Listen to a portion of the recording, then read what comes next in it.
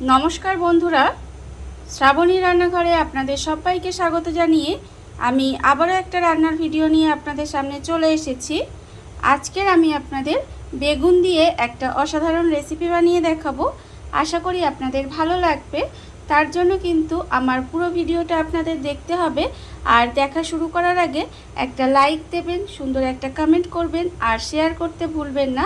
তাহলে চলুন আজকের আমি এই বেগুন দিয়ে কি বানাই সেটা আপনারা একবার দেখে নিন। বেগুনের এই রেসিপিটি বানানোর জন্য প্রথমে আমি এখানে দেখুন একটা মাঝারি সাইজের বেগুন নিয়ে নিয়েছি। আর বেগুনটাকে কিন্তু এইভাবে আমি একটু লম্বা লম্বা করে কেটে ধুয়ে পরিষ্কার করে রেখেছি। দেখুন প্রথমে কিন্তু বেগুনগুলো এইভাবে একটু লম্বা লম্বা করে কেটে ধুয়ে পরিষ্কার করে নিতে হবে। এবারে আমি বেগুনের মধ্যে দিয়ে দেব, দেখুন প্রথমে আমি দেব এখানে আন্দাজ মতো অল্প একটু নুন দেব,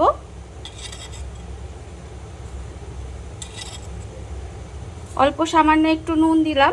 দেব আমি এখানে হলুদের গুঁড়ো, দেব একটু লঙ্কার গুঁড়ো,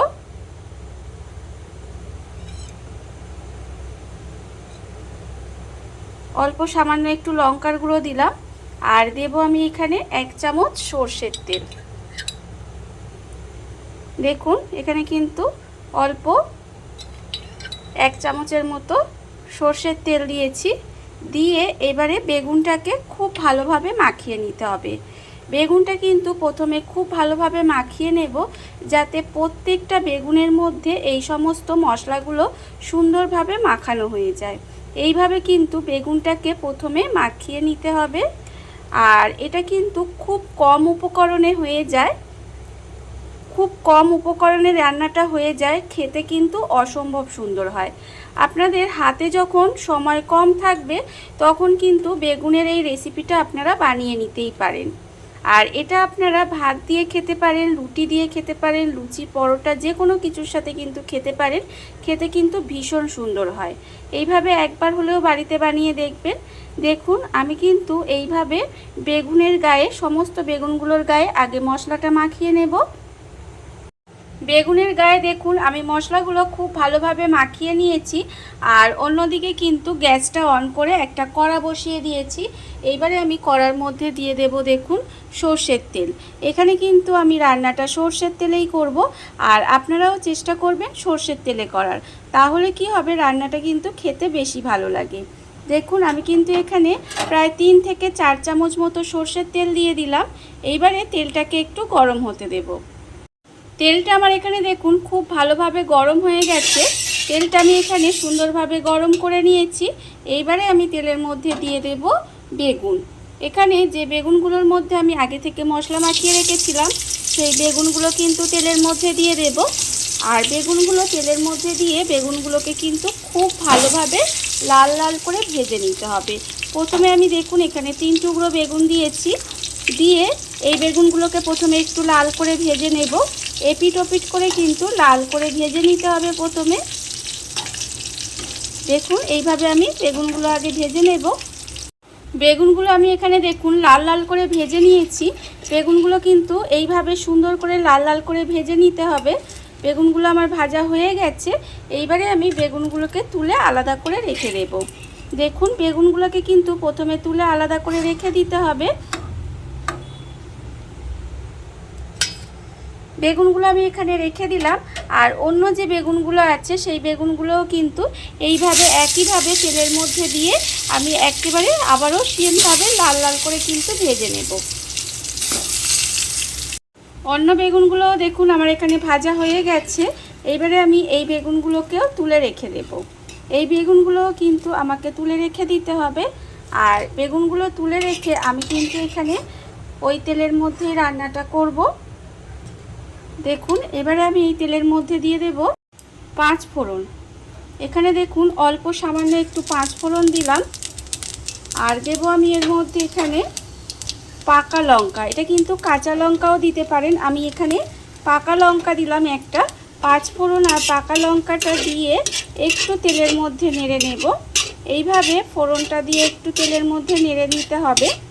এইবারে আমি এর মধ্যে দিয়ে দেব দেখুন এখানে আমি রেখে দিয়েছি আন্দাজ মতো নুন, হাফ চামচ হলুদের গুঁড়ো, হাফ চামচ লঙ্কার গুঁড়ো, 1 চামচ জিরে গুঁড়ো আর স্বাদ অনুযায়ী অল্প সামান্য একটু কিন্তু চিনি দিয়েছি।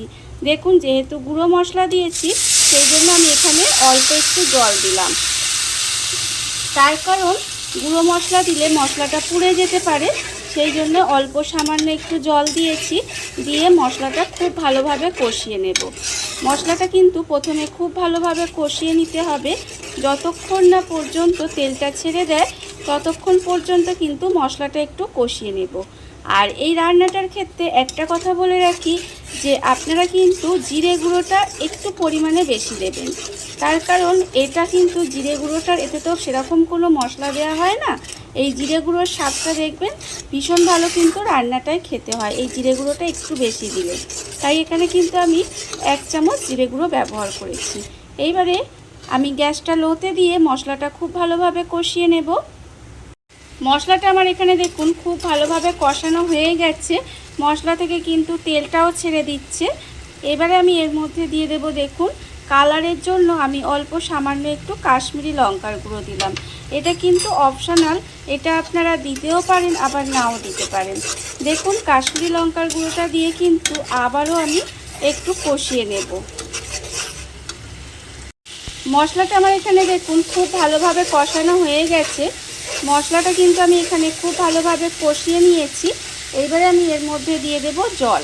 এখানে আমি পরিমাণ মতো কিন্তু জল দেব। খুব বেশি ঝোল ঝোল হবে না, একটু গ্রেভি গ্রেভি হবে। তাই এখানে আমি অল্প পরিমাণে জল দিলাম। আর প্রতিদিনের মতো আমি আবারও আপনাদের বলবো যে আমার ভিডিওটা আপনারা পুরোটা দেখুন, আশা করি আপনাদের ভালো লাগবে। আমার ভিডিওটা আপনারা কেটে কেটে দেখবেন না, প্লিজ পুরোটা দেখবেন। দেখুন এবারে আমি এর মধ্যে জল দিয়ে দিয়েছি। এবারে গ্রেভিটাকে একটু ফুটতে দেব। গ্রেভিটা আমার এখানে দেখুন খুব ভালোভাবে ফুটে গেছে। এই গ্রেভিটা যখন ফুটে যাবে তখন আমি এর মধ্যে দিয়ে দেব এই যে ভাজা বেগুনগুলো আমি এখানে রেখেছি, সেই ভাজা বেগুনগুলো কিন্তু এর মধ্যে দিয়ে দিলাম। ভাজা বেগুনগুলো দিয়ে খুব ভালোভাবে এটা একটু মিশিয়ে নেব গ্রেভির সঙ্গে। মিশিয়ে নিয়ে এইভাবে একটু রান্না হতে দেব। অনেক সময় দেখবেন আমাদের হয় রান্না করতে ইচ্ছা করে না, তখন যদি এই বেগুনের রেসিপিটা আপনারা বানিয়ে নেন তাহলে দেখবেন খেতে কিন্তু অসম্ভব সুন্দর হয়। আর এটা কিন্তু খুব তাড়াতাড়িও হয়ে যায় রান্নাটা। দেখুন এবার বেগুনটা দিয়ে আমি এইভাবে একটু রান্না হতে দেব। বেগুনটা দিয়ে আমি গ্যাসটা লোতে দিয়ে এইভাবে কিন্তু 5 থেকে 7 মিনিট মতো একটু রান্না হতে দিয়েছিলাম। দেখুন রান্নাটা কিন্তু আমার এখানে হয়েই এসেছে। যখন দেখবেন আপনারা এই যে ওপর থেকে তেলটা ছেড়ে দিয়েছে গ্রেভিটায়, দেখুন যখন দেখবেন ওপর থেকে এইভাবে তেলটা ছেড়ে দেবে তখন ভাববেন রান্নাটা কিন্তু হয়ে গেছে। দেখুন এটা কিন্তু বেশি গ্রেভি থাকে না, এইভাবে একটু মাখা মাখাই হবে। আর বেগুনটা একটা লক্ষ্য রাখবেন যেন বেগুনটা ঘেটে না যায়, সেটার দিকে কিন্তু একটু লক্ষ্য রাখতে হবে।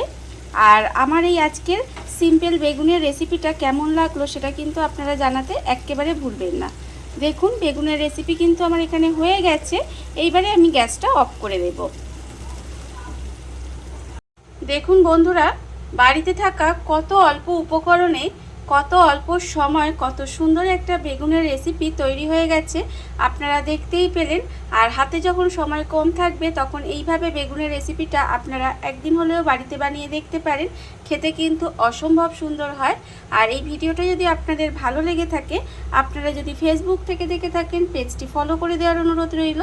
আর যদি ইউটিউব থেকে দেখে থাকেন চ্যানেলটি সাবস্ক্রাইব করে নেওয়ার অনুরোধ রইল। তাহলে চলুন ভিডিওটা আমি এখানেই শেষ করছি। আপনারা সবাই ভালো থাকবেন, সুস্থ থাকবেন। আবারও হাজির হব নতুন কোনো রান্না নিয়ে।